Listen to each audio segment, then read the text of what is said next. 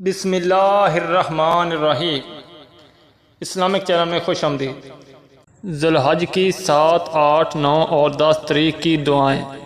ذی الحج کی 7، 8، 9 اور 10 تاریخ کو خاص اولاد کے حق میں دعا مانگنی ہے، کیونکہ ان دنوں میں حضرت ابراہیم علیہ السلام نے اپنی اولاد کے لیے دعا مانگی تھی اور اللہ تعالیٰ نے قبول فرمائی تھی۔ اولاد کی زندگی، صحت، مال کے لیے دعا کرنی ہے اور اولاد کے اچھے نصیب کے لیے دعا کرنی ہے۔ حضرت ابراہیم علیہ السلام کی دعائیں۔ حصول اولاد کے لیے دعا: رب حب لی من الصالحین، اے میرے رب مجھے کوئی سعادت مند لڑکا عطا فرمائیے۔ دوسری، رب لا تذرنی فردم وانت خیر الوارثین، اے میرے رب مجھے اکیلا نہ چھوڑیے اور آپ سب وارثوں میں بہتر ہیں۔